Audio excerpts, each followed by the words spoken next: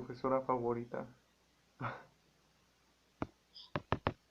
Recordemos que lo primero que tenemos que hacer para abrir un tema a discusión, a estudio, para poder estar claros de lo que estamos entendiendo ustedes y yo, bueno, todos los que estamos conformando una comunidad de estudio.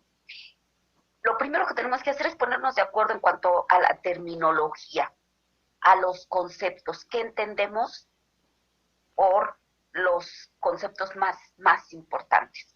Entonces aquí lo que necesitamos saber de inicio, si vamos a ver resistencia a la insulina, necesitamos saber qué es la insulina, obviamente. Con eso es con lo que vamos a empezar. Entonces, la insulina es una hormona y esta hormona es secretada. Recuerden ustedes que las hormonas son secretadas por órganos de secreción interna, pero también hay algunos que tienen secreción externa, en fin. Pero en este caso, esta hormona es secretada por el páncreas, específicamente por los islotes de Langerhans, por unas células que se encuentran en esta superficie, en los islotes de Langerhans. Estas células, hay diferentes tipos de células dentro de los islotes. Las células beta, en específico, son las que van a generar la insulina, porque las células alfa van a generar otro tipo de hormonas. Muy bien, entonces esta es una hormona y es secretada por las células beta de los islotes de Langerhans que se encuentran en el páncreas. Participa en la captación de glucosa para la lipogénesis. Lipogénesis, lipo, lípidos, génesis, creación. ¿Qué quiere decir? Que de la glucosa se van a generar lípidos. Esto ya lo habíamos visto en un principio, pero simplemente lo que estamos haciendo es dando una pequeña, un pequeño recordatorio como inicio para este tema que es tan importante para nuestro curso, pero pues yo creo para la sociedad y para ustedes como estudiosas de esta área del conocimiento, pues obviamente que necesitamos forzosamente tener un amplio conocimiento de lo que vamos nosotros a trabajar después. Muy bien. Entonces, lipo es lípidos, génesis es creación, producción. Y entonces lo que se hace, lo que hacen esta hormona es guardar la energía que obtiene a partir de la glucosa en forma de lípidos. ¿Por qué? Porque no la gastamos, porque no la utilizamos, porque no la producimos por lo que comemos, pero no la utilizamos. Perfecto. Y entonces las va a guardar en dónde?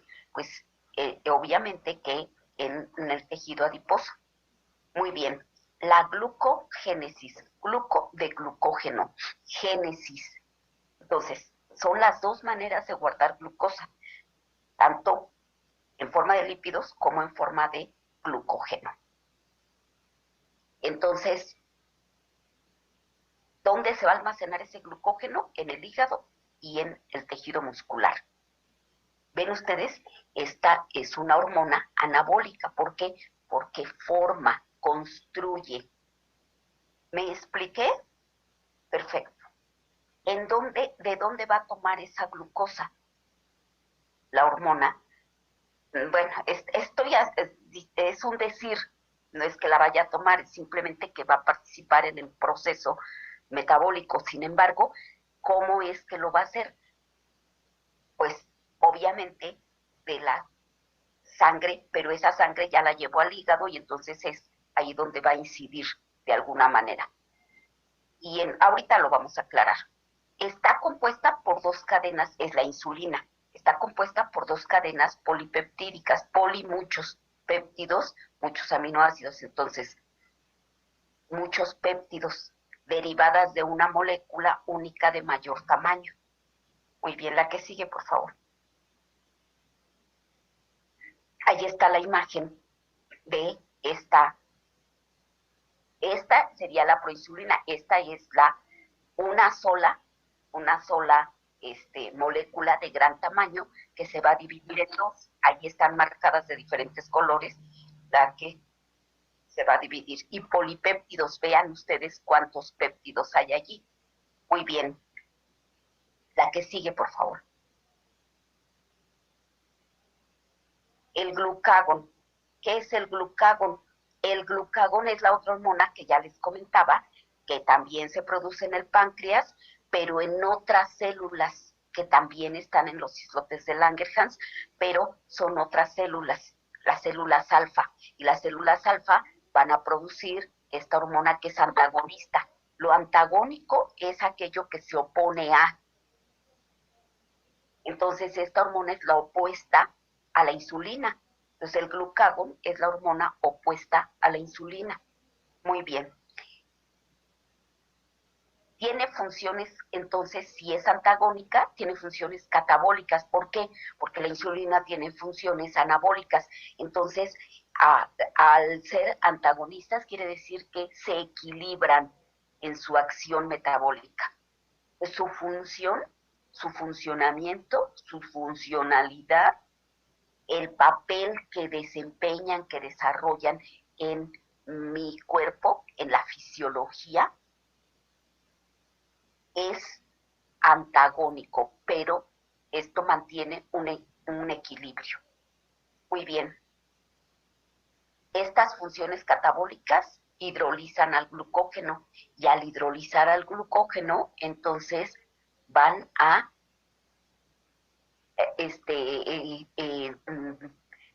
ya lo van a separar en sus componentes. Y entonces va a haber glucogenólisis. Lisis es ruptura, separación.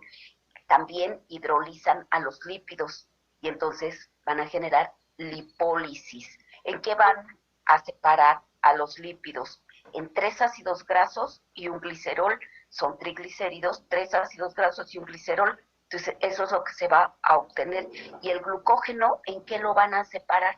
Lo van a separar 7 moléculas de agua y 3 moléculas de glucosa. Entonces, ¿qué es lo que van a sacar del glucógeno? Glucosa. Del glucógeno sacan glucosa, pero de los lípidos, fíjense lo que estoy diciendo, de los lípidos sacan glucosa, 3 ácidos grasos y un glicerol. A ver, contesten ustedes. ¿Se puede obtener glucosa de los lípidos?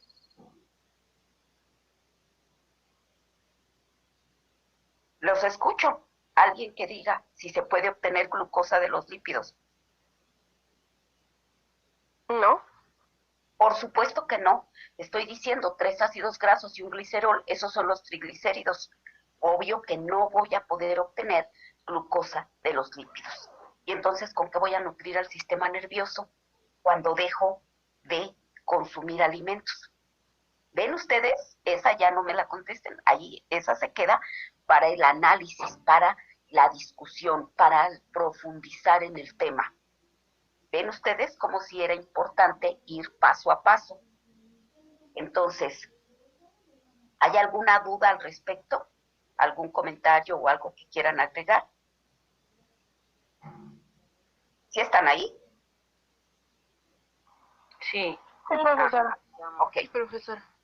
Bueno, y les pregunto porque como está habiendo tantos problemas con el internet, bueno, pues mejor tengo que estarme comunicando para saber si estamos en contacto o buscamos alternativas.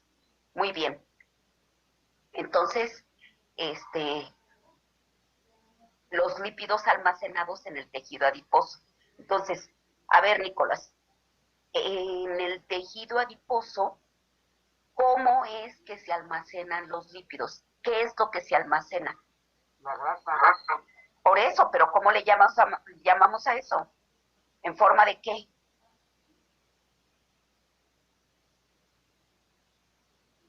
Lo acabo de decir. Nada más lo único que quiero es saber si están aquí o andan por allá vagando en la... ¿Cómo? Sí, aquí Sí, estoy. pero no, una cosa es estar... No, a ver, Nicolás, lo que quiero saber es si sí están en clase, si sí están conscientes de lo que estoy diciendo, porque les pregunto, ¿dudas? No, no hay dudas. Sí hay dudas porque no saben en forma de qué se almacenan los lípidos en el tejido adiposo. ¿Cómo se llaman los lípidos que están almacenados en el tejido adiposo?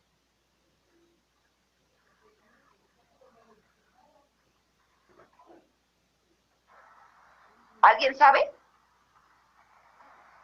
Ácidos grasos. 3 ácidos grasos y un glicerol dijo, ¿no? Y un glicerol, y eso forma un triglicérido. Entonces, moléculas de qué tipo son las que se almacenan en el tejido adiposo, triglicéridos. Entonces, ese triglicérido va a ser catabolizado por el glucagón. ¿Y qué es lo que va a obtener? ¿Qué se obtiene de catabolizar, hidrolizar, separar ese triglicérido? 3 ácidos grasos y un glicerol. ¿Sí me expliqué? Bueno. La que sigue, por favor. A ver, aquí está la imagen. Si le puedes hacer un poquito más grande, por favor.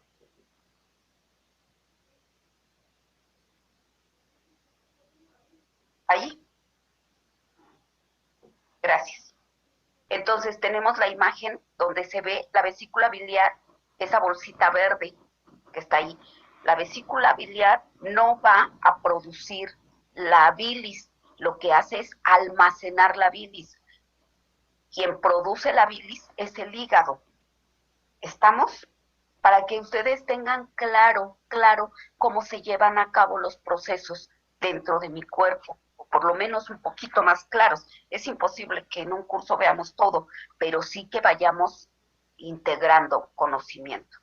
Entonces, el conducto colédoco es ese tubito que va a llevar la bilis hacia el intestino. ¿Hacia qué parte del intestino? Pues hacia el duodeno. ¿Por qué? Pues porque allí es donde se van a llevar a cabo procesos de separación en micelas de los ácidos grasos para que puedan ser absorbidos. Muy bien. Ahora, aquí se ve el duodeno, también se ve el conducto pancreático, vean que une hacia el conducto colédoco. Entonces, el conducto pancreático es el que va a llevar pues las hormonas, obviamente, ¿hacia dónde? Hacia el hígado, hacia el sistema circulatorio, ¿para qué? Pues para que pueda hacer su efecto. Muy bien. Tenemos allí la arteria y tenemos la vena, que es la vena porta, y la arteria aorta. Muy bien. También el páncreas está señalado, y está señalado el cuerpo del páncreas, y está señalada la cola del páncreas. El páncreas está separado en cuerpo, cola, cabeza. Muy bien.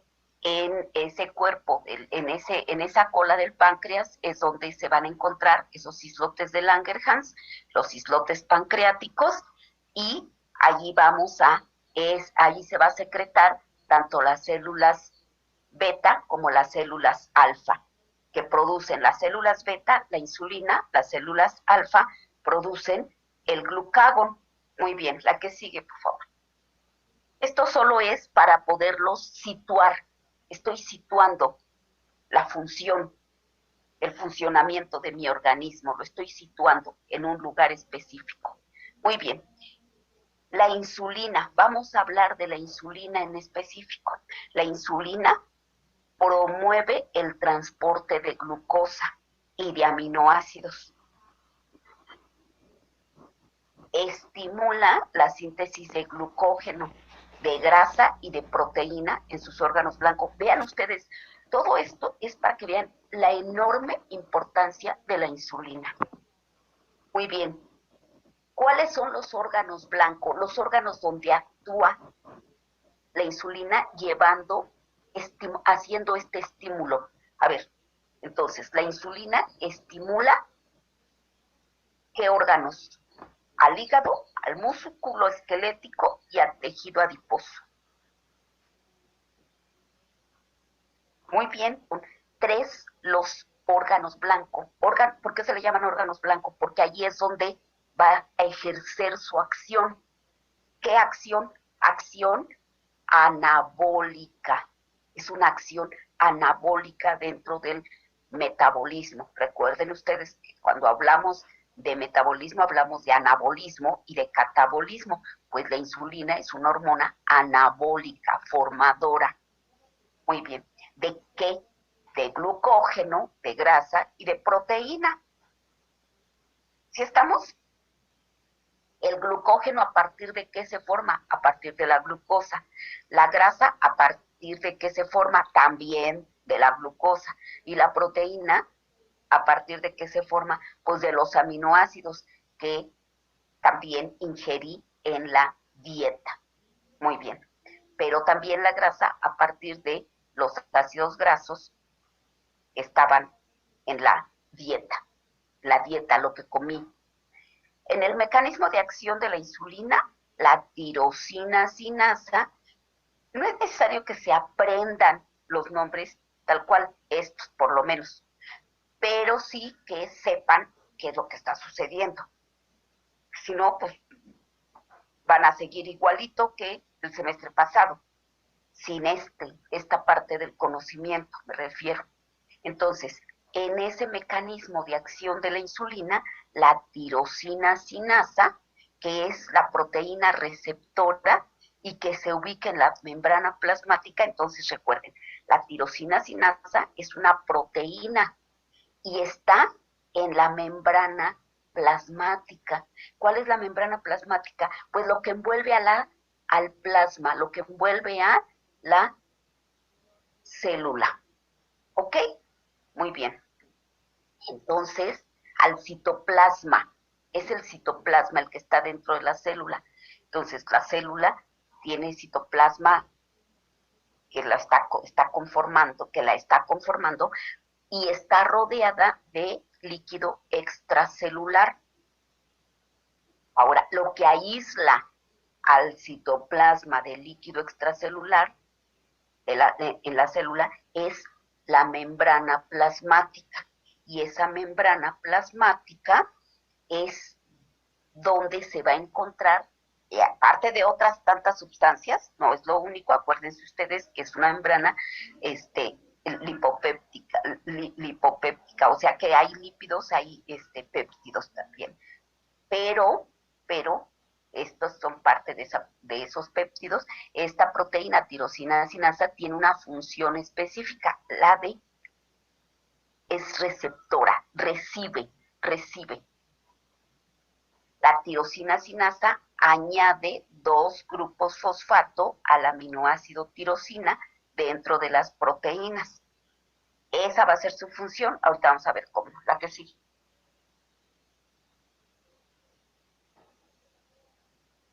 Aquí es donde estamos viendo, si ustedes deben tener su presentación y si no, la bajan, por favor, la sacan del aula, está en el aula. Quienes no entran al aula, pues qué pena me da su caso, porque pues es un trabajo de ustedes y mío, yo poner allí todos los documentos y ustedes tienen la obligación de entrar al aula. Ya yo entro y veo quienes han entrado y hay gente que jamás en su vida se ha parado por allí.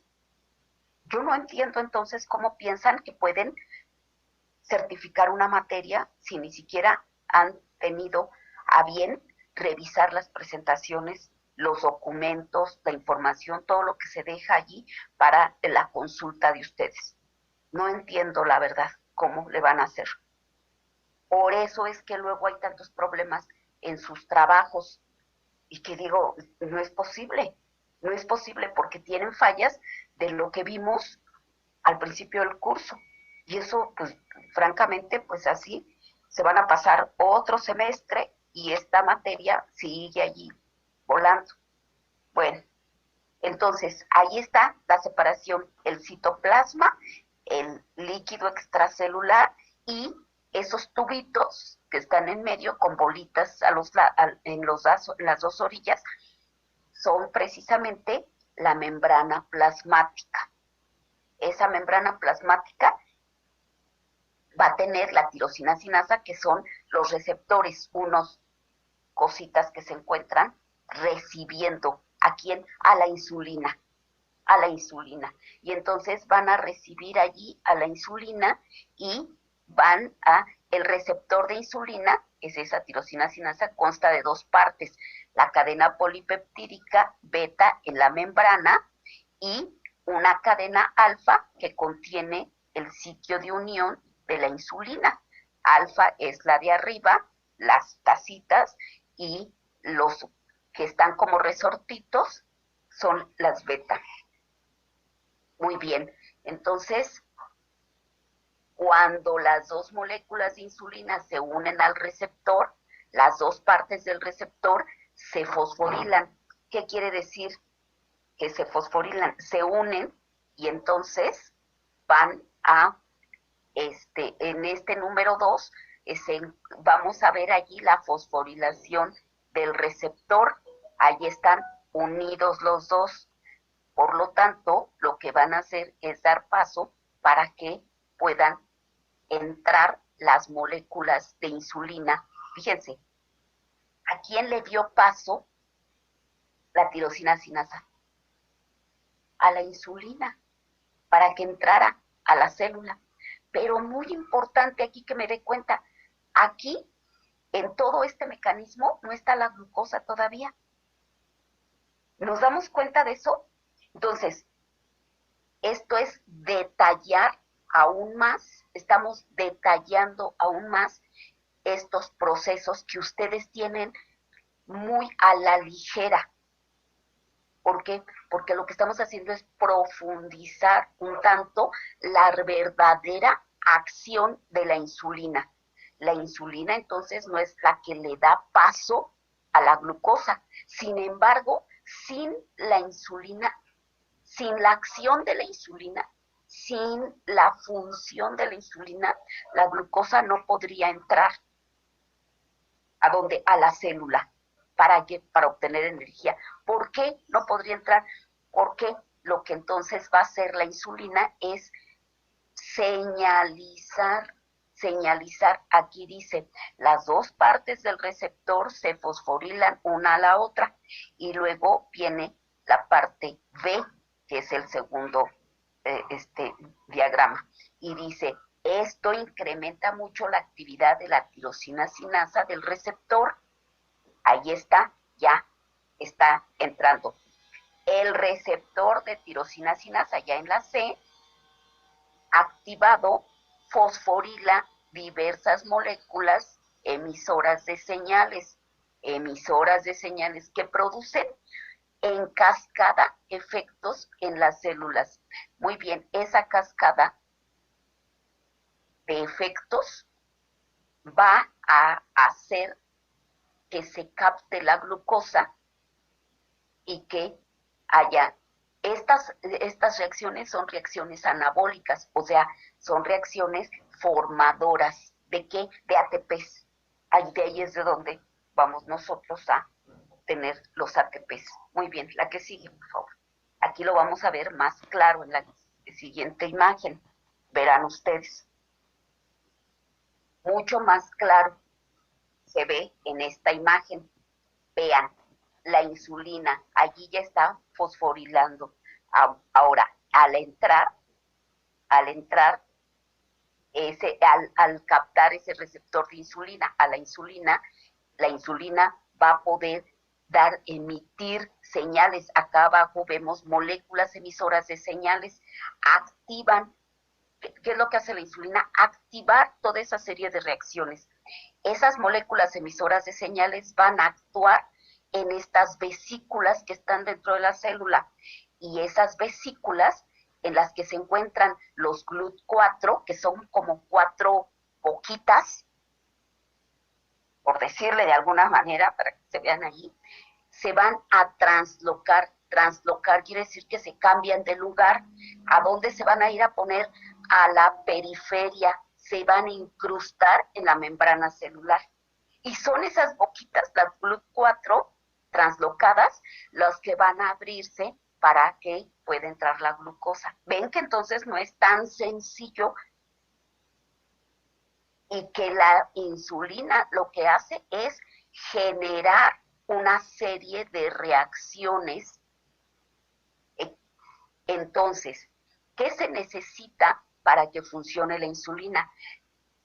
Que sea sensible la membrana celular, que esté funcionando bien esa membrana celular. ¿Para qué? Para que sea sensible a la insulina. ¿Qué puede ser?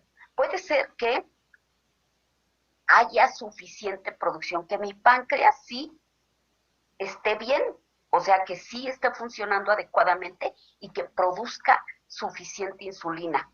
Que la insulina sea de buena calidad. Esa es una postura, ¿no? Es una forma de explicar. Hay otras, y ahorita vemos. Pero la primera, bueno, ¿qué es lo que está fallando allí? ¿Está fallando el páncreas? No, el páncreas sí está produciendo insulina. ¿Está produciendo suficiente insulina? Sí. Entonces, ¿qué es lo que está fallando? La sensibilidad de la célula. La célula no va a entenderse con la insulina.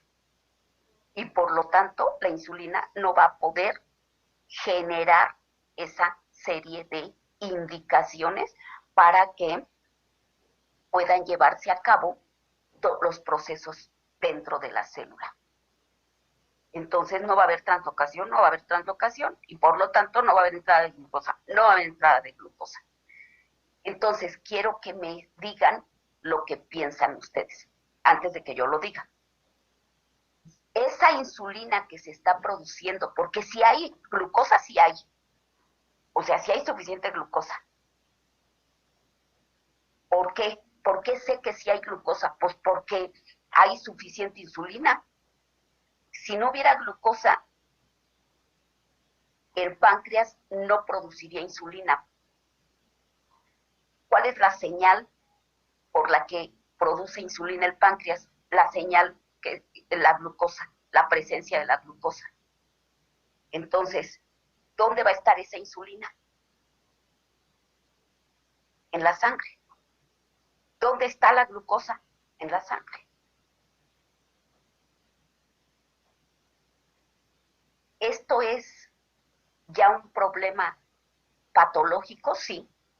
¿Cómo se llama esto? Hay dije mucho, ya se los repito 1000 veces. Hay que aprender a utilizar bien los vocablos. Tenemos que aprender a hablar en este campo del conocimiento para que nos crean, para que seamos receptivos y que sean receptivos con nuestro mensaje los demás. Podemos tener claridad, pero si no sabemos expresarlo, nadie nos va a creer. Entonces, a ver, pensemos razonablemente. Está elevada la insulina en sangre. Hiperinsulinemia. Nemia, ¿qué quiere decir? En sangre. Hiper, mucha insulina en sangre. Hiperinsulinemia. Entonces, hay hiperinsulinemia. Pero como la insulina no puede actuar, entonces la glucosa que dio origen a que se produjera esa insulina, allí está también. ¿Eso cómo se llama? Hiperglucemia. Está elevada la glucosa en sangre, está elevada la insulina en sangre. Wow. ¿Y eso cómo se llama? Pues hay una resistencia a la insulina. La insulina no actúa. ¿Por qué? Pues porque la resistencia, ¿dónde se encuentra? En la membrana plasmática, en la célula. Wow. Entonces el problema no es la insulina, no, el problema no es la insulina. El problema existe en la no sensibilidad de esa célula, no hay recepción, no se entienden, pero también hay una cierta intolerancia hacia esa glucosa, ¿de parte de quién? Pues de las células. Entonces, aquí ya tenemos resistencia a la insulina, intolerancia a la glucosa. ¿Esto es un primer paso? Pues sí, es un primer paso hacia qué, pues hacia la diabetes mellitus tipo 2. Segurito. Es lo que sigue. Si no es que ya están a la par todo este conjunto. Hay resistencia a la insulina y ya hay diabetes mellitus tipo 2. ¿Comentarios? ¿Dudas?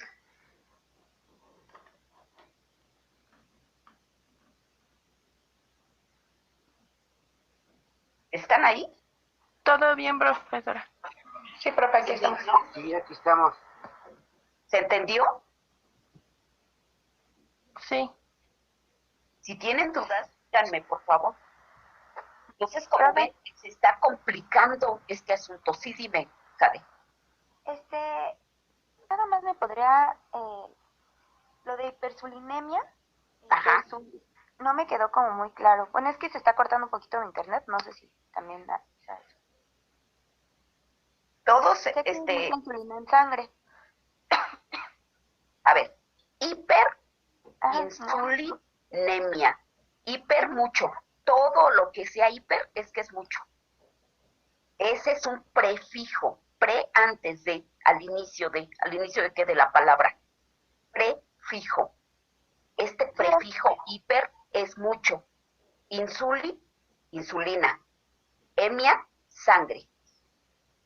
Entonces, elevación de la insulina en sangre. ¿Ya se escuchó? Sí, profe. O sea, eso sí lo tenía claro, lo de los prefijos y todo eso. Ya. Entonces, ¿qué fue lo que no tenías claro? Es que después dijo otro término, Hiperglucemia. O hiperglicemia. Como le quieras decir, es lo mismo, pero es hiperglucemia. ¿De qué estoy hablando? Elevación de la glucosa en sangre. Igual. Pero aquí es glucosa, de la glucosa sanguínea. Y persiste a la par, o sea, al mismo tiempo, está elevada la insulina y está elevada la glucosa.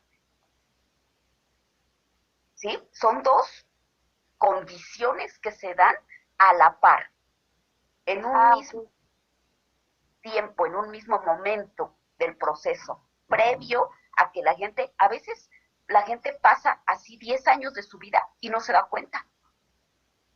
Solo se da cuenta cuando ya esto es intolerable.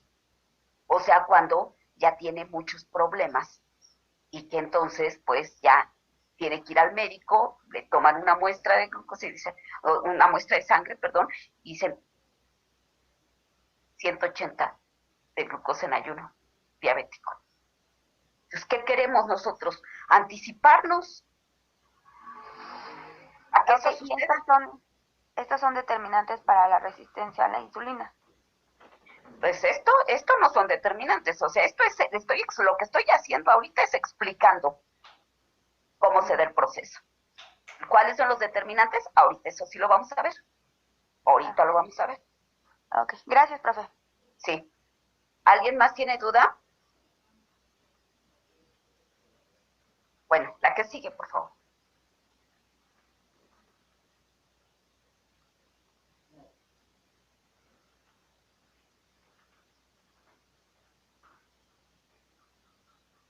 A ver, aquí lo que estamos viendo es qué es lo que pasa cuando la gente come, está del lado izquierdo. Y cuando la gente no come, cuando la gente ayuna, ¿por qué lo estoy viendo allí así? Porque a veces lo que pensamos, a ver, razonemos esto. Lo que pensamos muchas veces es que si dejo de comer, es que voy a bajar de peso. O dejar de comer va a disminuir mis problemas. ¿De qué? Pues de que soy propenso a la diabetes, entonces tengo miedo, simplemente lo que hago es ayunar. ¿Para qué? Para bajar de peso. para buscar el bienestar. No me va a solucionar eso nada. ¿Qué pasa con la glucosa cuando yo no como? Disminuye la insulina, ¿sí? Dijéramos, bueno, pues disminuyó la insulina, ajá, pero aumentó el glucagón. ¿Cuál es la hormona anabólica, la que va a producir glucosa? La insulina. El glucagón es la hormona catabólica.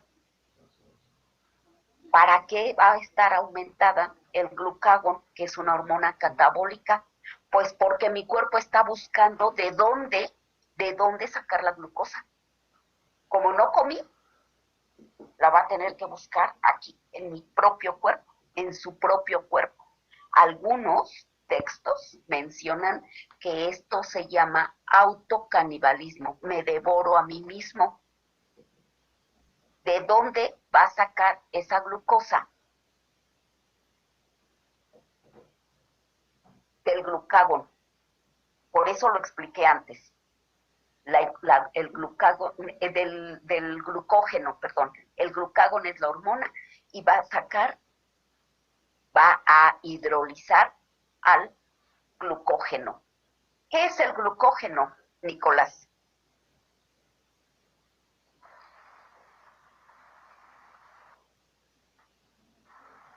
Aquí nos dijo que se produce en el páncreas y es una hormona. No, ese es el glucagón. El glucógeno.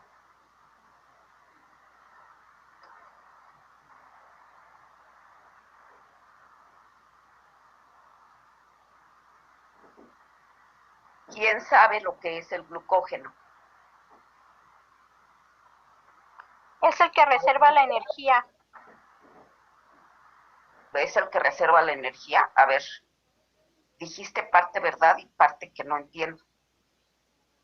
Es una manera de guardar la energía que yo obtuve a partir de la glucosa. ¿Para qué me sirve guardarlo en forma de glucógeno? Para cuando lo necesite. ¿Dónde se guarda ese glucógeno? ¿Cuáles son los depósitos de glucógeno? Adelante. ¿El hígado? El hígado es uno. ¿Cuál es el otro? El tejido adiposo. No, el tejido adiposo no. Y el músculo. Músculos El músculo. esqueléticos. El músculo. Entonces ya tenemos dos. Muy bien. El tejido muscular y el hígado. El tejido adiposo lo que va a guardar es grasa. Y también va a el glucagón, que es la hormona. Glucagón es la hormona. El glucógeno es la manera de guardar glucosa en el hígado y en el tejido muscular. Muy bien. Entonces, ¿qué es lo que va? ¿De dónde puede sacar glucosa mi cuerpo? El glucagón, cuando no hay dieta, cuando no comí, cuando no hay alimentos, ¿de dónde lo obtenga? De mi guardado, de mi cuerpo. En la reserva. Exacto. ¿Y cuánto tiempo dura esa reserva? El glucógeno. El glucógeno dura más o menos 12 horas, pero supongamos que Nicolás cenó a las 10 de la noche y viene desayunando a las 1 de la tarde, porque está ayunando, pensando en que eso lo va a mantener con menos riesgo. ¿Y eso es cierto? ¿Va a ser cierto? Pues no, porque de dónde mi cuerpo tiene que buscar la manera de obtener la glucosa. No hay alimentos, el glucagón ya se acabó, porque el glucagón dura más o menos 12 horas, ya se acabó desde la mañana. Y luego, ¿de dónde más saca? Dijimos, lo vimos, del tejido muscular. ¿Por qué? De los aminoácidos, del tejido muscular. Wow. Entonces, ¿qué es lo que estoy haciendo? Disminuyendo mi tejido muscular. ¿Y qué es lo que estoy aumentando? Pues la grasa. Cada vez que como, y que como de más, porque al mediodía va a tener muchísima hambre, muchísima hambre y va a comer muchísimo. O si duras todo el día sin comer, en la tarde quieres devorar, pues tienes mucha hambre. Y entonces lo que te sobra lo guardas en forma de grasa. Y lo que vas a utilizar es el músculo. Y con eso, ¿qué vas a hacer? A disminuir el gasto energético basal. ¿Por qué? Pues porque el gasto energético basal va a ser mayor en quien tiene más tejido muscular. Es menor en quien tiene más tejido graso. Porque acuérdense que masa celular activa es el músculo. Jade primero y luego Mariana. No, profe, era sobre eso que ya mencionó, gracias. Y Mariana. Profesora, entonces se podría decir que como primera vez se utiliza el glucógeno del hígado porque es mayor a la que se encuentra en el músculo. Siempre se va a utilizar primero el glucógeno del hígado. Pero no es mayor a la del músculo. No por eso, sino porque el glucógeno del tejido muscular está reservado. Mi cuerpo lo reserva. ¿Para cuándo? Para cuando el ayuno no es un ayuno corto de un día para otro, sino que, por ejemplo, es un ayuno largo, por ejemplo, de huelga de hambre. Ya es para no morir. Gracias, profesora. Sí. Entonces, sí, Nicolás. Pero entonces también si les ya después van a comer mucho y todo eso, pues ya se le va a elevar el nivel de glucosa, ¿no? Sí, pero lo que me sobre de glucosa y que no utilice, lo voy a guardar en forma de grasa. Lleno mis depósitos de glucógeno y luego grasa. Grasa, no hay otra. Grasa. ¿A dónde se guarda esa grasa? Triglicéridos, tejido adiposo. Gracias. Sí. Ahora, esta pregunta es importante, Nicolás, porque antes, cuál es la hormona que va a hacer que se guarde esta glucosa en forma o estos lípidos, esta grasa, en el tejido adiposo? La insulina. Y si no está presente la insulina, en el caso de que esté presente la insulina, si no está presente la insulina, pues andan allí, ¿en dónde? Pues en la sangre. Y entonces voy a tener dislipidemias, las que ya vimos. ¿Sí se entendió? Maestra. Sí, dime. Y por ejemplo,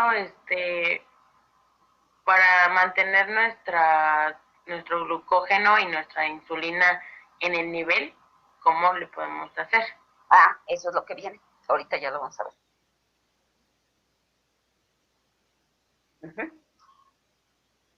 Cuando como, aquí empieza la discusión y empieza la explicación de esto que pregunta Paulina. Cuando como, ¿qué es lo que pasa en mi cuerpo? Aumenta la insulina y disminuye el glucagón. ¿Por qué? Porque va a estar presente la glucosa. Ante la presencia de la glucosa, luego se activa, hay una señalización de parte del hipotálamo hacia la hipófisis y la hipófisis hacia el páncreas y el páncreas secreta insulina. Y va a disminuir el glucagón porque es antagónico. Aumenta entonces la proporción, o sea, el equilibrio entre insulina y glucagón. Hay formación de glucógeno, esa es la respuesta para lo de Paulina, hay formación de glucógeno, pero también hay grasa y también hay proteína, porque acuérdense que, como decía Nicolás, de esta hormona, la insulina, que es la hormona anabólica, va a ayudar en la formación de todo esto, de estos metabolitos. Tanto el glucógeno como la grasa como la proteína son metabolitos. Muy bien. Además, en la sangre, ¿qué es lo que va a pasar? ¿Qué es lo que está pasando? Está ya disminuida la glucosa, disminuyen los aminoácidos. ¿Por qué? Pues por la formación perdón, de los metabolitos arriba. Y disminuyen los cuerpos cetónicos. ¿Por qué disminuyen los cuerpos cetónicos? Porque los cuerpos cetónicos son el producto del metabolismo de los ácidos grasos. ¿Hay alguna duda? No. Vamos Yo sí, maestra, yo no Dime. entendí ¿Qué no entendiste? lo de, o sea, que lo de la glucosa Que baja. que baja la glucosa porque la insulina está actuando. Y la insulina es la hormona que va a utilizar a la glucosa, que va a hacer que se utilice la glucosa. Ya lo vimos antes. Va a hacer que haya la recepción de la glucosa en la membrana celular, va a estimular para que la glucosa pueda entrar a la célula y se pueda obtener la energía. Por lo tanto, pues disminuye en la sangre porque va a estar produciéndose energía dentro de la célula, ATPs. ¿Hasta ahí hay duda? También disminuyen los aminoácidos porque también va a disminuir porque se está produciendo proteína o energía en su defecto. O glucosa, acuérdense que también se puede obtener glucosa. También disminuyen los ácidos grasos, ¿por qué? Pues porque también se está utilizando para obtener, no glucosa, porque no se puede obtener de ahí glucosa, pero sí energía. Entra directamente al ciclo de la urea y entonces se puede obtener ATPs. ¿Por qué van a disminuir los cuerpos cetónicos? Porque no va a ser la única fuente de energía, los ácidos grasos. ¿Sí estamos? ¿Paulina? Sí, ya quedó más claro. La que sigue, por favor.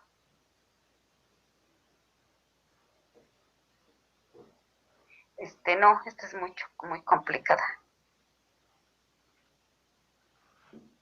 Ahí, un poquito más.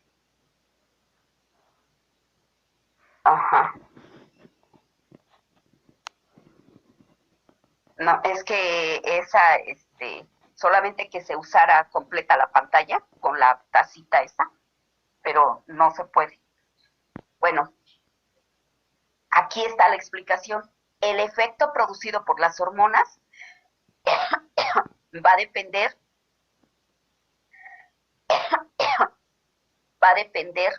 de la cantidad de la hormona en sangre, en primer lugar, pero también va a depender de la sensibilidad del tejido blanco. ¿Cuál era aquí el tejido blanco? Dijimos, músculo esquelético, hígado y, ¿cuál era el otro, Nicolás? ¿Músculo? Músculo esquelético, ya estoy diciendo. Hígado, músculo esquelético. Tejido adiposo. El tejido adiposo, ya están. Muy bien. Entonces, esos son los tejidos blancos. El ejercicio, aquí es donde entra. Me dicen, ¿y entonces qué se puede hacer? Aquí es donde entra la explicación de lo que se puede hacer. El ejercicio aumenta la sensibilidad a la insulina de los tejidos blancos. Por lo tanto, los islotes de una persona obesa, no diabética, deben secretar cantidades altas de insulina para mantener la concentración de glucosa. Entonces, ojo, esta persona no es diabética, pero tiene exceso de peso. Y entonces deben secretar cantidades altas de insulina para mantener la concentración de glucosa en sangre dentro del rango normal. ¿Por qué? Pues para que actúe, para que esa glucosa pueda entrar a la célula y pueda obtenerse energía de ella. Pero también las personas no diabéticas, que son delgadas y que hacen ejercicio con regularidad, requieren cantidades más bajas de insulina para mantener la concentración apropiada de glucosa en sangre. ¿A quién favorecería esta acción de las personas no diabéticas, delgadas y que hagan ejercicio con regularidad, que tengan una vida no sedentaria, una vida activa, un estilo de vida activo? ¿A quién beneficiaría de mis órganos en mi cuerpo? A ver, piénsenlo. ¿Quién me dice? ¿Al músculo? ¿Al ¿Al riñón? músculo? ¿Al músculo? Al riñón indirectamente, pero de manera directa dice ¿Al hígado? las personas no diabéticas que son delgadas y que hacen ejercicio con regularidad requieren cantidades más bajas de insulina. Al requerir cantidades más bajas de insulina, ¿a quién estoy dándole menos trabajo? ¿Al páncreas? Por supuesto. Y entonces, ¿qué es lo que estoy propiciando? Que el páncreas no se canse, que el páncreas no se agote, que el páncreas pueda seguir funcionando de manera correcta y de manera normal. Las personas que le están dando demasiado trabajo, aunque no sean diabéticas, pero que le están dando demasiado trabajo al páncreas porque comen demasiado, porque tienen exceso de glucosa en sangre, y ese exceso de glucosa en sangre es porque están comiendo mucho. Y entonces, para que eso sea utilizado y pueda disminuir esa cantidad de glucosa en sangre, ¿qué es lo que se tiene que hacer? Pues secretar mucha insulina. Y además, ¿a quién estar forzando? También a la membrana celular. La célula también tiene que estar así con todos los procesos. GLUT4, ábranse, ¿sí? Fosforilar, o sea, todo así. Es trabajo, producir insulina, subir la insulina, ir a los receptores de insulina, las células, la membrana celular, todo punto está así, trabajando. Para disminuir esa glucosa sanguínea, porque ¿a quién están protegiendo? Al disminuir la glucosa sanguínea, ¿a quién protegen y de qué, María del Consuelo? ¿A quién protegen y de qué cuando disminuye la glucosa sanguínea?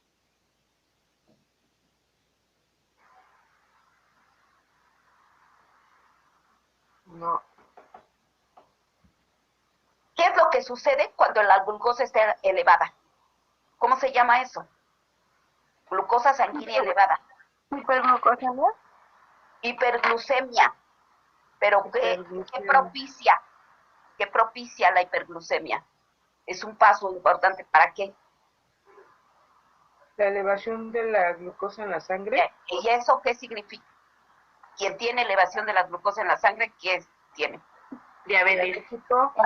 O sea, ¿a quién estarías protegiendo al disminuir esa producción de insulina? Cuando tú disminuyes la cantidad de alimentos que consumes, o bien que gastas más energía. ¿Cómo vas a gastar más energía? María del Consuelo, ¿cómo es que gastas más energía? ¿Comiendo? ¿Comiendo gastas más energía? No, haciendo ejercicio. Exacto. Entonces, ¿ya vieron cómo el ejercicio protege? Disminuyo la cantidad de comida, no comiendo, disminuir la cantidad de comida, ingiero. Y al mismo tiempo hago ejercicio. Es a la par. Yo no puedo nada más ayunar, dejar de comer. No. Tengo que al mismo tiempo, cuando yo me estoy planteando eso que dice Paulina, ¿y qué hacer? Eso, un plan. Vamos a hacer un plan. ¿Cómo va a ser ese plan? Disminuir lo que como, seleccionar lo que debo comer, o sea, ¿qué tengo que revisar primero? La calidad de la dieta, la calidad de mi dieta, la calidad de mi ingesta calórica. Y luego, quitar todo lo que no me sirve y hacer ejercicio. Ese es el plan a seguir. ¿Me expliqué? Sí, profesor. Sí. Muy bien, la que sigue.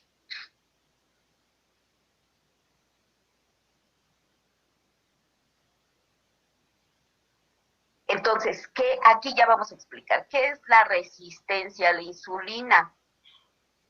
se caracteriza por una sensibilidad tisular. ¿Qué es sensibilidad tisular? La sensibilidad de la membrana celular.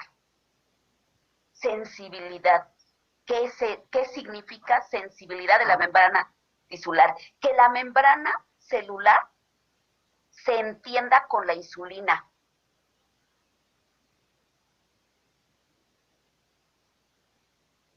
¿Para qué? Para que esa insulina pueda actuar como emisora de señales y que pueda abrirle la puerta a la glucosa y que pueda entrar.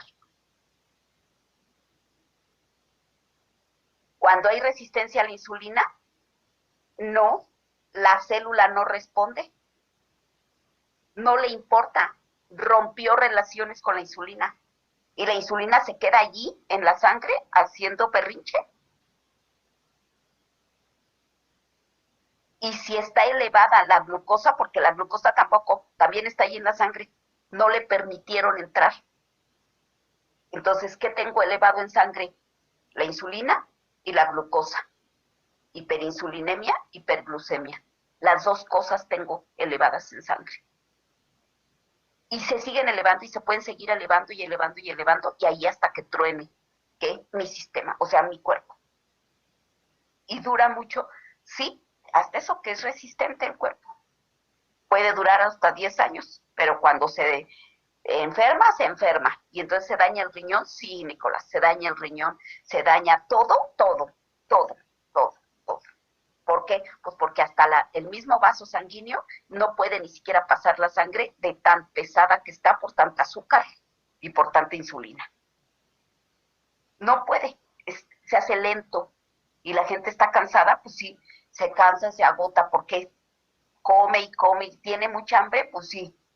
¿Por qué? Pues porque la glucosa está allí en la sangre, pero no puede utilizarla. La propensión a la resistencia a la insulina es hereditaria. Ahí es donde está la herencia. Si mis papás, mis abuelos fueron diabéticos o fueron obesos, ya con haber sido obesos, aunque no les hayan detectado la diabetes, pero ya puedo imaginarme que sí tenían resistencia a la insulina. O sea, ahí está la herencia.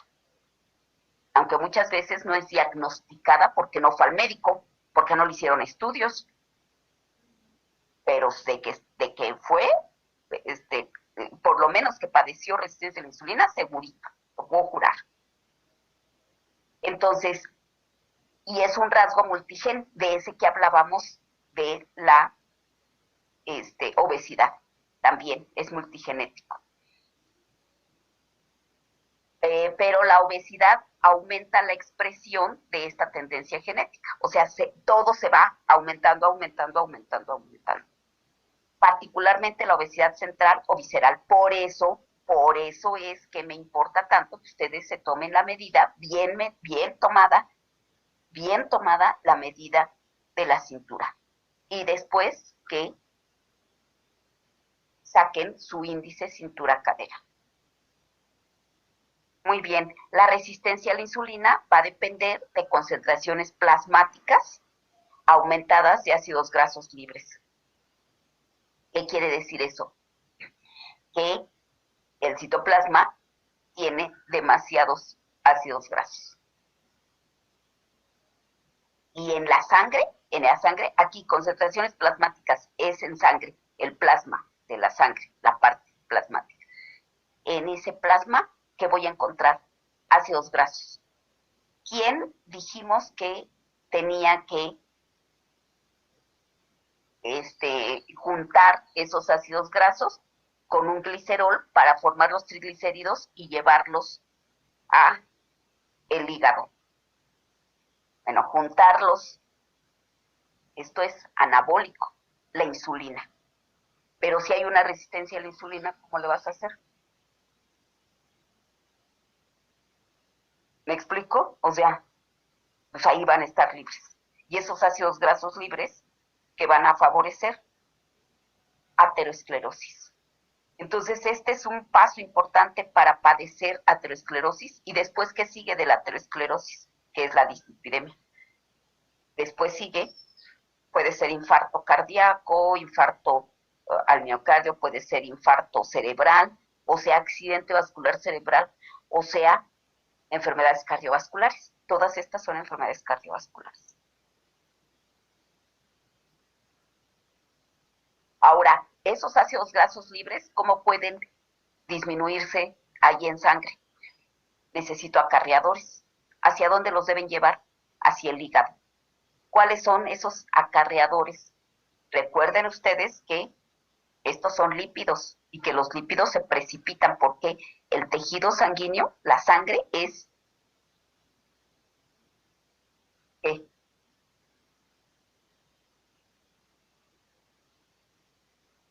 ¿Es qué? Es agua, o sea, no tiene contenido de lípidos para que puedan, bueno, aparentemente, porque sí hay. Es un ambiente, es que lo dijimos.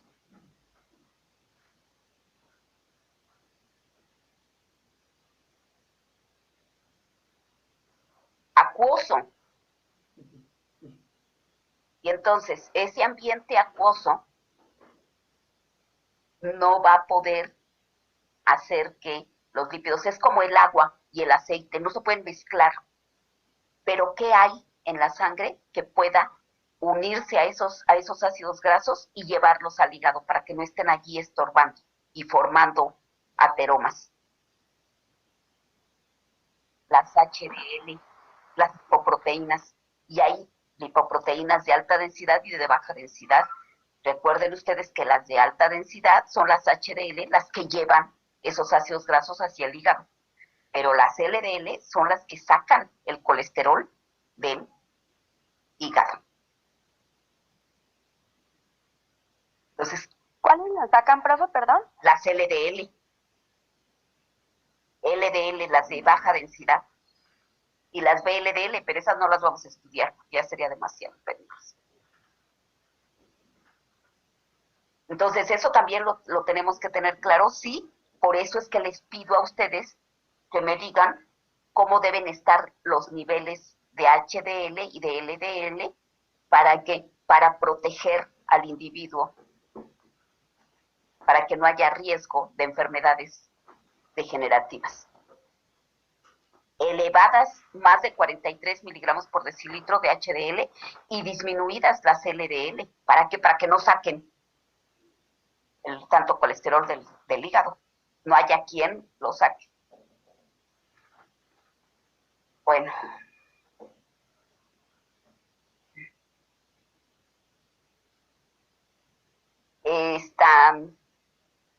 La obesidad aumenta la expresión de esta tendencia genética, particularmente la obesidad central o visceral.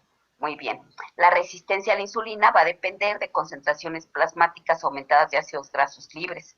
Esos ácidos grasos libres van a propiciarse o van a ser producto de una ingesta. Por eso les digo que no se deben consumir más del 10% de grasas saturadas del total de la dieta.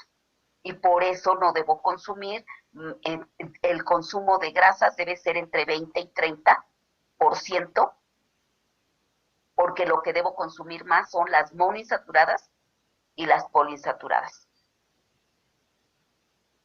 Porque son necesarias en mi cuerpo, sí, pero no en exceso. Y las saturadas definitivamente son estas, las que me están propiciando las dislipidemias. Ahora,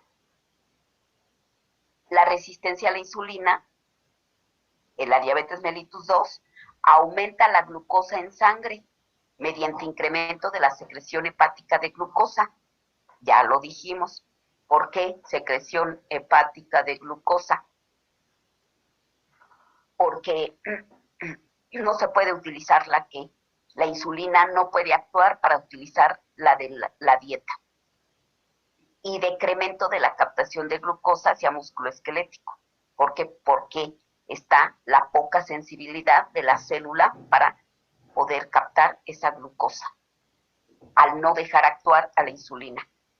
Ahí está, debido a que la insulina tiene menor capacidad de inhibir la producción de glucosa por el hígado. ¿Por qué? Porque no se deja actuar, no la dejan actuar. La misma célula la rechaza. Por eso hay cierta resistencia a la acción de la insulina. Aunque esté presente, de todas maneras, puede haber otra razón, que esa insulina sea de mala calidad. Eso también puede ser, que se siga produciendo insulina, pero que sea de mala calidad. Pero ese ya es un paso importante, muy importante hacia la diabetes mellitus tipo 2. Producir insulina de baja calidad. Pero ¿qué es lo que propicia que se produzca insulina de baja calidad? El que durante años hayamos estado jorobando, fregando así, perdón por las palabras, pero molestando al páncreas a que produzca más. O sea, ya está harto, trabaja demasiado. ¿Por qué? Porque comemos demasiado, estimulamos demasiado con dulces y con tanta cochinada. Grasas saturadas y saturadas y saturadas, pasteles y helados y galletas, barritas, o sea, bebidas endulzadas.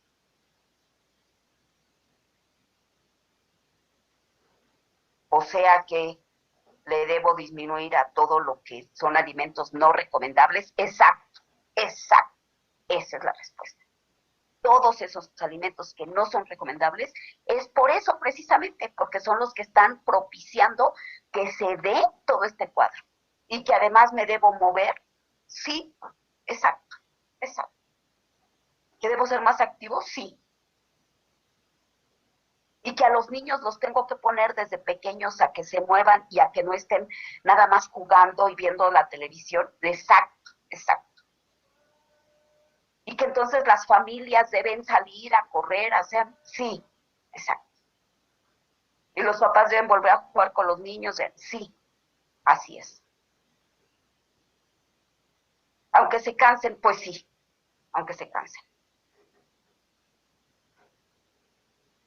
Y ahí aumentenle todo lo que ustedes quieran. Entonces, disminuir el consumo de porquería y media, sí. Hasta de mis chetos, sí. Los chetos azules, los de colores, sí. Los chicharrones tampoco, no, los chicharrones tampoco. Todas mis frituras, todas sus frituras. Fuera todas las frituras. ¿Cómo creen? Sí, así es. Pero ¿y los aderezos? No. ¿Y el aceite de oliva como aderezo? Bueno, como aderezo. El aguacate sí, es una grasa buena. Y las frutas y las verduras sí, tienen fibras.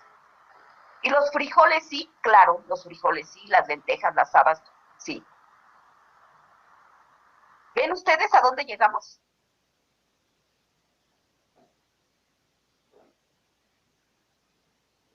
Dime, Nicolás.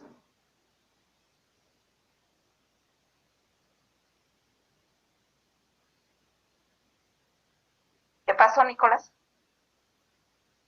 Nada más como comentario, y un chicharrón preparado de esos que venden en la calle. Pésimo. ¿Sí? Pésimo. Fuera. A pesar de que tiene verdura y, y tomate y aguacate. Es más la grasa que tiene el chicharrón para prepararlo. ¿Cómo me puedo comer ese pico de gallo? ¿Cómo me lo puedo comer en unos sopes hechos en casa? En una quesadilla hecha en casa. ¿Por qué hecha en casa? Pues porque sé que no le voy a poner grasa, porque sé que no, la grasa que le ponga, si es que le pongo, no va a estar saturada, no va a ser grasa de 3 días. El pico de gallo que puede acompañar a la carne, al pescado.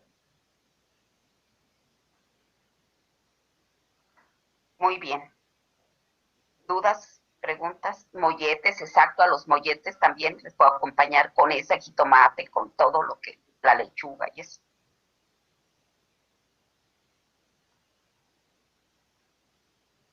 ¿No hay más comentarios? Vamos a la que sigue, por favor.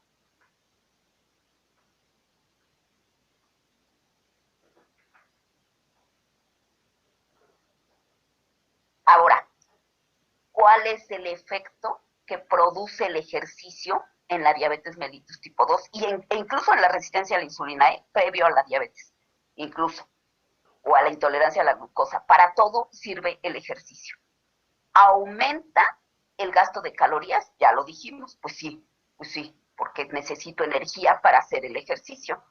Se pierde peso también, pues sí.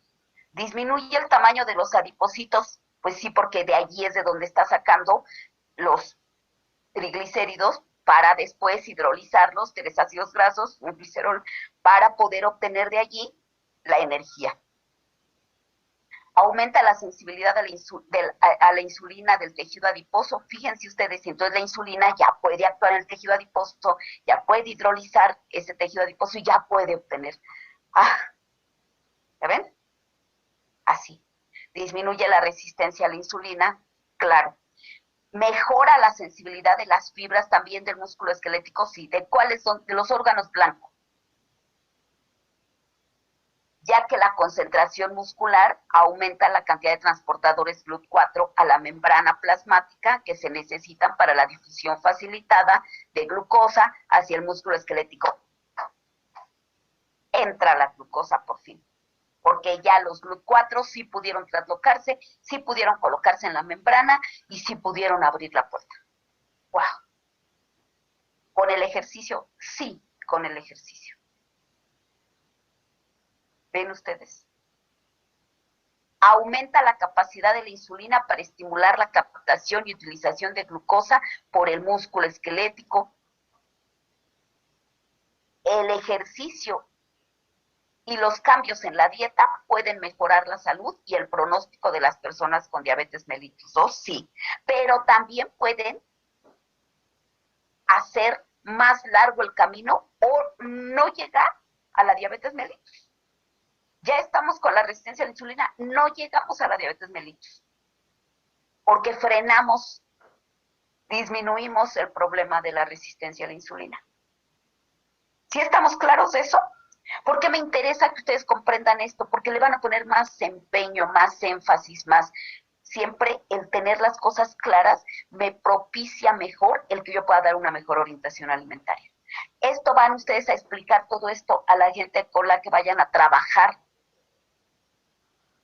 en cambios de dieta. No, no es necesario, pero que ustedes lo tengan claro, sí. Porque entonces es cuando realmente voy a tener conocimiento de causa. Voy a tener argumentos válidos para poder, sí, esto sí es cierto y sí tengo que mejorar, cambiar mi estilo de vida para poder buscar nuevas alternativas. Esta fue la última, ¿verdad?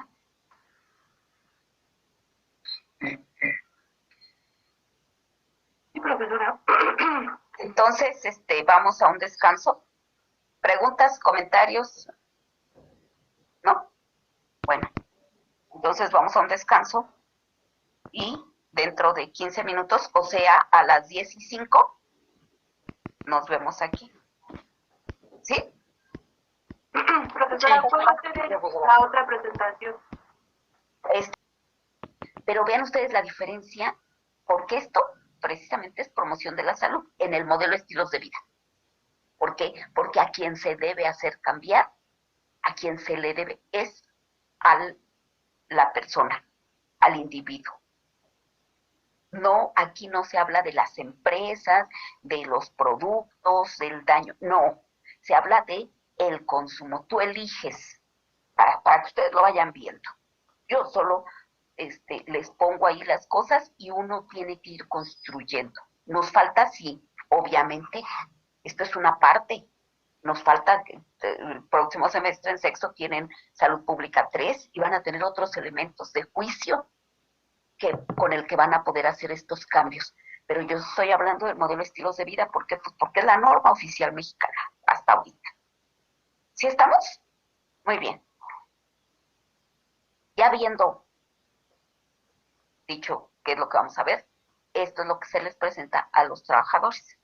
Como ven ustedes, o lo van a ver, no se minimiza el que los trabajadores puedan comprender, pero sí no se tiene por qué emplear toda la todas las especificaciones que yo les mostré hace un momento en la otra presentación. Vamos adelante, por favor. Si le vas ahí. A ver, empezamos por lo que empezamos el curso. ¿Se acuerdan que así empezamos el curso? En que de dónde va a sacar la energía nuestro organismo, y decíamos aquí lo que dicen, la primera es el azúcar, y dentro del organismo, ¿qué es lo que vamos a obtener de ese azúcar? A ver, sigue.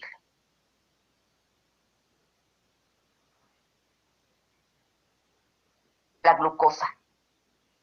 Y esa glucosa está en los alimentos. ¿Cómo es que yo puedo oxidar esa glucosa? Con el oxígeno. Y el oxígeno es intercambio gaseoso. Intercambio gaseoso. Está en el aire, entra a mi cuerpo por la nariz. Va a haber un intercambio en celular, que es un proceso celular, y voy a sacar dióxido de carbono. Aquí estoy hablando de intercambio gaseoso. Muy bien, que es lo que nosotros entendemos allí. Pero vean, para llegar a esto, antes ustedes tenían que haberlo comprendido perfectamente. ¿Qué más? Sí, le sigues ahí. Esa ya glucosa, que es el azúcar, y el oxígeno son transportados por la sangre, son distribuidos para todos los órganos y células del cuerpo, y es lo que me va a dar, síguele, la energía. Como ustedes ven, bastante sencillo, claro, preciso, pero sin mentir, es la verdad así, pero muy sencillo de explicar. La que sigue, por favor. ¿Para qué me sirve la energía? Todo lo que ya habíamos visto nosotros, gasto energético basal, gasto energético total, en fin, todo eso. Ya ven ustedes. Y energía, energía, energía, gasto de energía. Ingreso, gasto. Vean, aquí les detallan para todo lo que se necesita energía.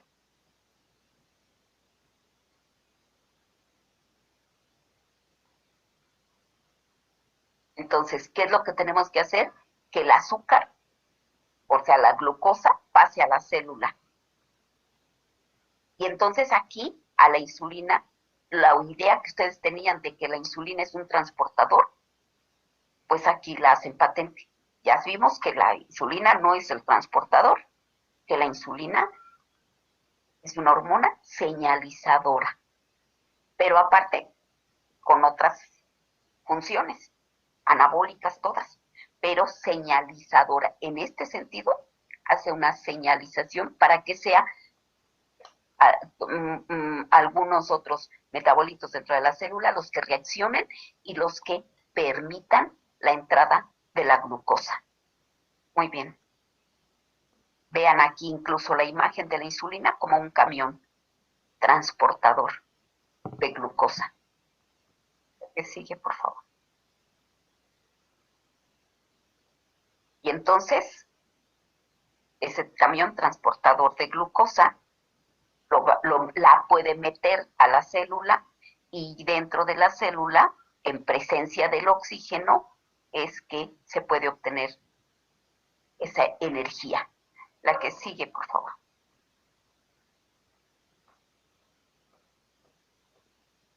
Entonces, aquí la explicación que nos dan acerca de qué es la insulina: es una sustancia que produce el organismo y que coloca la glucosa dentro de la célula. ¿Para qué más? Fácil. Es la verdad, sí es verdad. Sin embargo, pues nosotros sí tenemos que buscar explicaciones más específicas, apegado a una cientificidad. La que sigue, por favor, que nos dé credibilidad.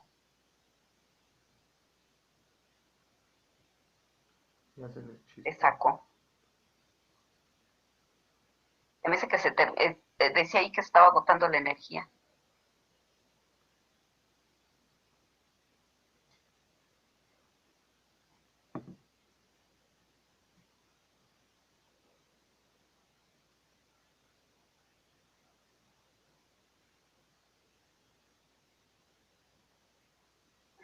Ahí vamos. Ay, gracias. La que sigue, por favor. Ahora, la explicación acerca de la diabetes. Es una enfermedad, aparece cuando el organismo produce poca o nada de insulina. Ya vimos que esta solo es parte de la explicación. O sea, para nosotros sí tiene que quedar perfectamente claro. Sin la insulina, la glucosa no entra en las células, no, pero porque es un señalizador. Mientras las células mueren por falta de azúcar y energía, la sangre se transforma en un melado. Melado es espeso, que no puede transitar. Eso es, lleno de glucosa, es dulce, dulce, dulce, como la miel. De ahí viene la palabra. No puede entrar en las células. Síguele, por favor. El cuerpo entero se enferma, sabemos perfectamente. El páncreas es el órgano responsable que produce la insulina.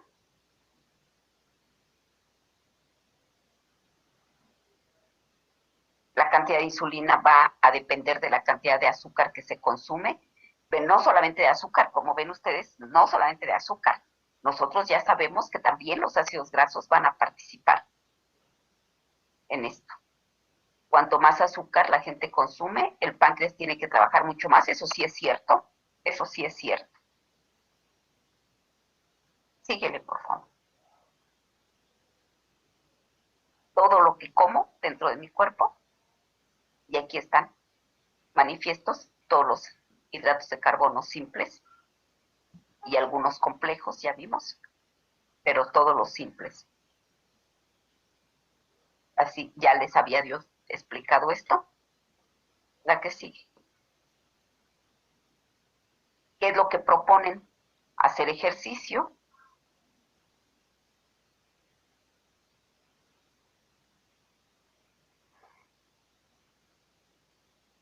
No engordar. Está medio exagerada. La diabetes comienza, ya también lo expliqué, hasta 10 años, dice, no más puede pasar con diabetes y no darme cuenta. Entonces es ante un aumento de peso, inactividad y obviamente todas estas características se relacionan. La dieta inadecuada, la insulina va aumentando en la sangre, hiperinsulinemia e hiperglucemia, ¿no? Entonces tenemos las dos condiciones. Hiperinsulinemia, hiperglucemia previas a que ya haya escasez. Hipoinsulinemia sería la otra, la que ya no se produce insulina, va disminuyendo la producción.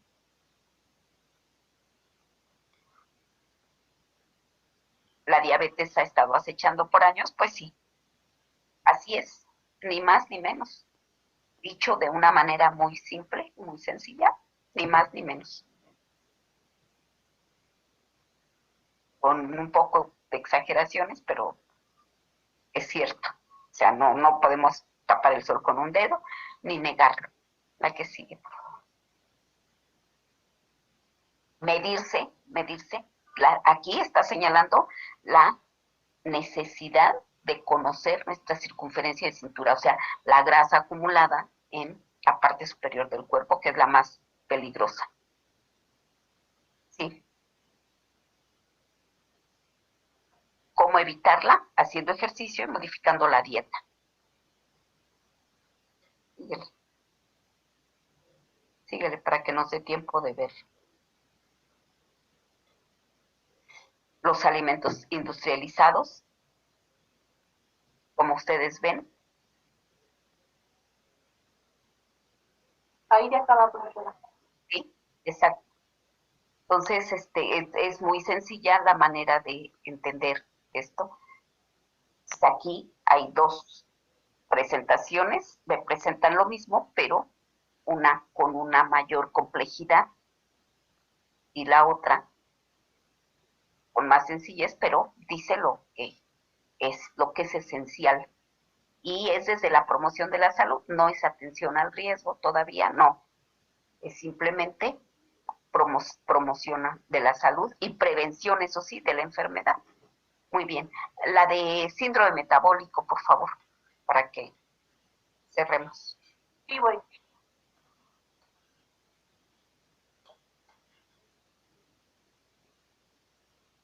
Lo que vamos a ver ya es el conjunto de las enfermedades. Van a ver qué interesante.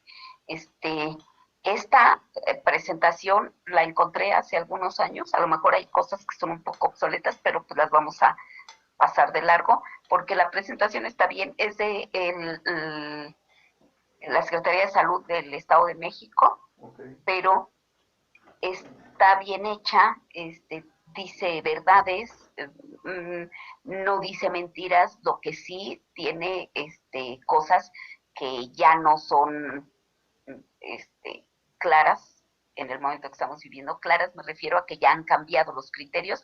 Sin embargo, para lo que nosotros vamos a ver, está bien, y ya yo iré haciendo observaciones. Pero me interesa que ustedes vean ya en un síndrome. ¿Qué es un síndrome? Es un conjunto de signos y de síntomas. ¿Qué son los signos? Los que yo puedo medir, ver, como que la temperatura, la tensión arterial, la circunferencia de la cintura, el peso, y el peso con respecto a la estatura, que sería el índice de masa corporal. Entonces, ¿cómo es que yo voy a poder evaluar esos signos? Pues con puntos de corte. Porque puedo decir, más de esto es malo, menos de esto es malo. ¿Para qué? Para mi cuerpo. Entonces, todo lo que yo pueda evaluar, lo que sea objetivo es que lo puedo ver, lo puedo evaluar. ¿Sí me explico? Ahora, ¿qué son los signos? Los que yo no puedo ver, pero que escucho a partir del otro. El otro me puede decir si siente dolor, me puede decir qué es lo que comió. Yo no lo estoy viendo. Es objetivo para el otro lo que come, la dieta. Pero para mí es bastante subjetivo porque solo estoy basándome en lo que me está diciendo el que comió. ¿Me explico? Sin embargo, lo que yo sí puedo ver es su obesidad. Verla, medirla, palparla y ver las manifestaciones. ¿Me expliqué? Entonces, el conjunto de signos y síntomas van a crear un síndrome. Y este síndrome metabólico son conjunto de signos y síntomas metabólicos, obviamente, que van a dar origen, que van a dar pie a muchos problemas metabólicos. ¿Sí? Pues como ven, pues es del 2006, pero les digo que yo iré actualizando la información. Esta foto del inicio es una foto de un pintor, no foto, perdón, una pintura, de un pintor muy famoso colombiano, ¿sí?, que se dedica a pintar gente obesa, con ciertas características. No, se me fue ahorita el nombre, ahorita me acuerdo siempre. Y algunos detalles que luego se me van, ya a la vejez. Okay. Muy bien, vamos empezando. Vamos a hablar de síndrome metabólico. Entonces, yo te digo hasta dónde.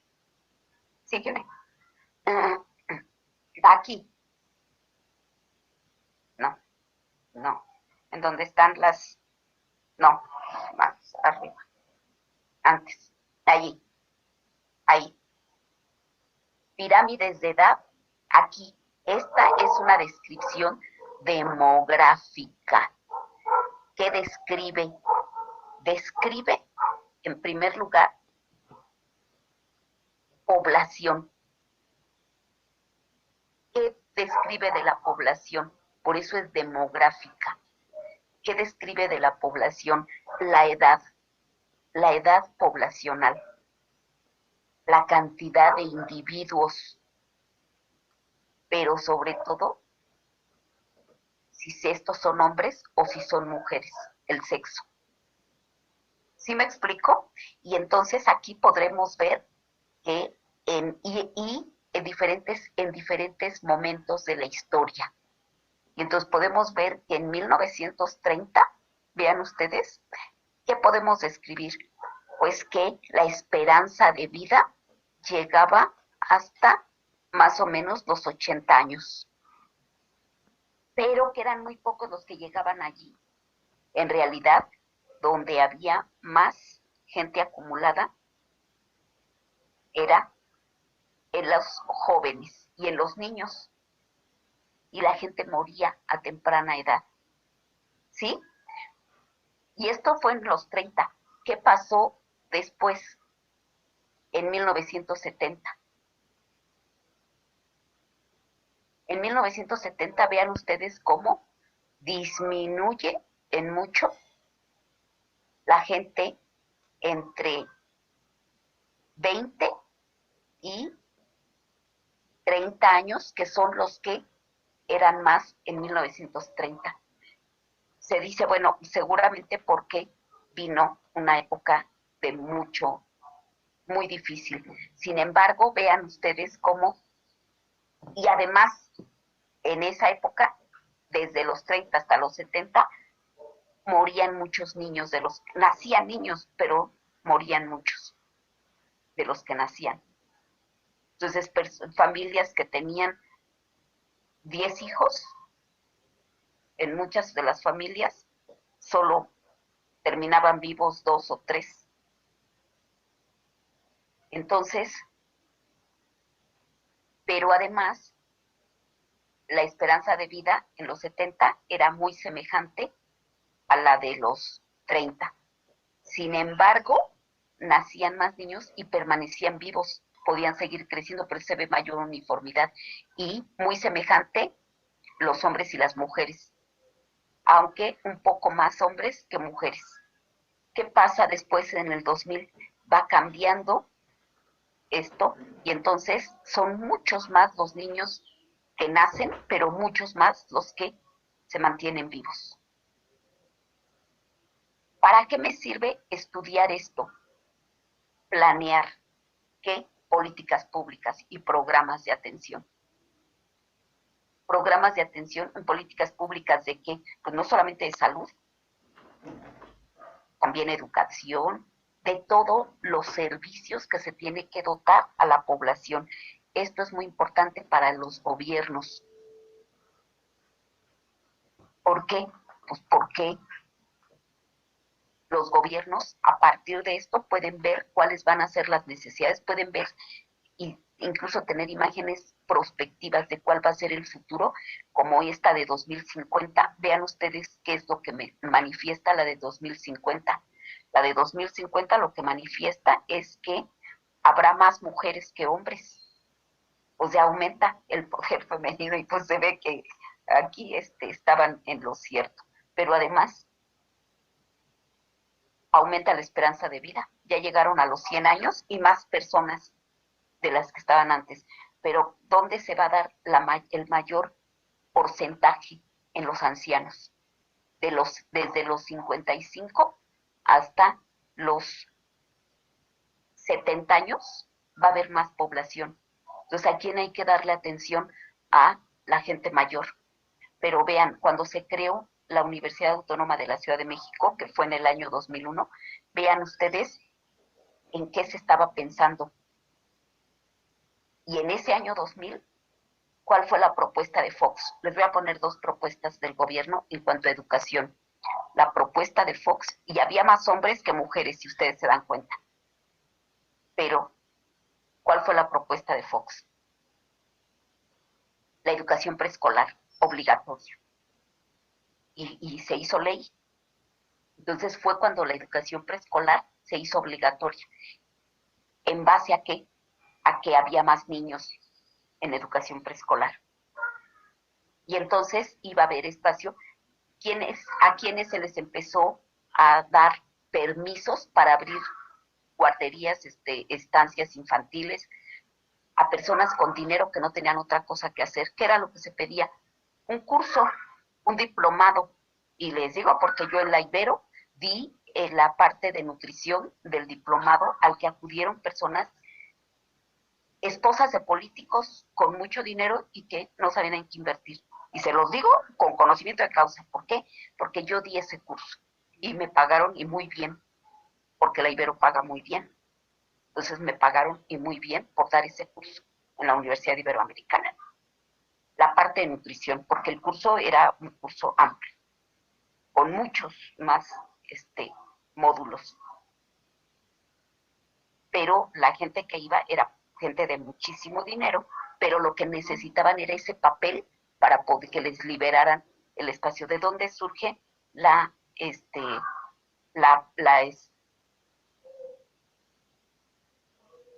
no, pues sabes qué, que ahora sí me sacas de quicio, me sacas de onda, no, de quicio, no, perdón, Consuelo, porque no sé cómo actúa, no sé, todos los demás no me oyen. Sí, profesora, yo creo que es ella que tiene problemas con... Sí, profesora, sí la escuchamos. Sí lo siento mucho, Consuelo, pero no puedo hacer nada. Y la presentación está en el aula, la puedes ver ahí en el aula. O que vuelva a entrar, profesora, que se salga y que vuelva a entrar a la reunión. Sí, por favor. Muchas gracias, Rocío. Sí, salte y vuelve a entrar para ver si ya se mejora la percepción. Bueno, entonces, eso les digo las cosas que yo he vivido. Entonces, sí di ese curso, se les pidió. ¿Qué fue lo que pasó con la guardería ABC? La abrieron de gente del parientes de la esposa de Calderón, pero fue después, en la época de Calderón, y la abrieron en un lugar que no deberían de haberla abierto. ¿Por qué se les permitió? No sabemos por qué, pero fue lo que propició la muerte de tantos niños, y quemados además. Pero vean, o sea, todo esto se ha ido creando. Ahora, ¿qué fue lo que hizo Obrador? Visión política. ¿Por qué? Porque él lo que creó primero fueron las preparatorias de la Ciudad de México. Era el jefe de gobierno. ¿Sí estamos? Y entonces, al crear esas preparatorias, ¿a quién le está dando espacio? A los que iban a necesitar, porque vean cómo está aumentando los niños o los jóvenes, los adolescentes. ¿Y qué es lo que viene después? Que también creó Obrador. La educación superior, aumento de universidades. ¿Por qué? Pues porque todos esos, ¿a dónde iban a ir? O sea, todos ustedes, todos los que estamos acá, ¿a dónde? ¿Ya vieron ustedes? En esa época yo trabajaba en la UNAM y había muchísimos rechazados y no había trabajo y no había donde se prepararan los jóvenes para buscar un mejor trabajo. La educación superior estaba limitada. Y entonces allí hubo una visión política y no, tampoco quiero que ustedes piensen que estoy haciendo una aplauso. Sí digo que fue una buena acción. Sin embargo, no es solamente por bondad, no, también es porque se ve quiénes iban a ser los que iban a votar después, los jóvenes, porque ellos iban a alcanzar la mayoría de edad y eran votantes, posibles votos. O sea, son detalles que van viendo. Ajá, como educadora. Pues sí. Uh-huh. Así es, Javi. ¿Por qué? Pues porque les dieron la ventaja de poder hacerlo así. Sí, profe, haga de cuenta que nada más yo ya estaba aquí cursando la licenciatura, pero pues obviamente yo no tenía tiempo de ir a su curso ni nada. Sí se me hizo muy interesante y hasta creo que me arrepiento. O sea, no por, no sé, pues siento que hubiera tenido otras experiencias, pero pues ya ni modo. Sí, pero vean por qué están tan molestos, de que les hayan quitado la ayuda que se daba a las escuelas, no a las madres de familia. Por cada niño que aceptaran en las estancias infantiles se les daba una ayuda. Y entonces empezaron a abrir, ¿cómo es posible? A ver, Jade, velo desde los dos puntos de vista. A ti te parece una buena oferta, pero no se necesita estudiar puericultura, no se necesita estudiar es como minimizar la acción de las educadoras. Ajá, yo por eso lo vi como muy extraño, pero me decía ¿Cómo la crees? señora. Sí, Ajá, pero dije, ¿cómo no, crees que en 6 meses voy a formar a una educadora? ajá, no, ni al caso. O a un asistente, Ajá, y tantos años de estudio que se necesitan, y él no estás preparada. Ahora, ajá, al asistente. quitarles el apoyo a las escuelas, ¿a quién se le dio? A las madres, para que ellas ya buscaran la solución. Otra cosa que tampoco me parece tan bueno. O sea, hay otras alternativas, pero de momento, pues lo que se trató fue de limitar la corrupción, la ganancia para unos. Pero esto empezó desde Fox, y se los digo con conocimiento de causa. Bueno. Sí, yo le contaba a la señora, le dije, pero es que yo no estoy estudiando ni sé nada del tema de educadora o así. Me dijo, no, pues sinceramente son como cosas básicas.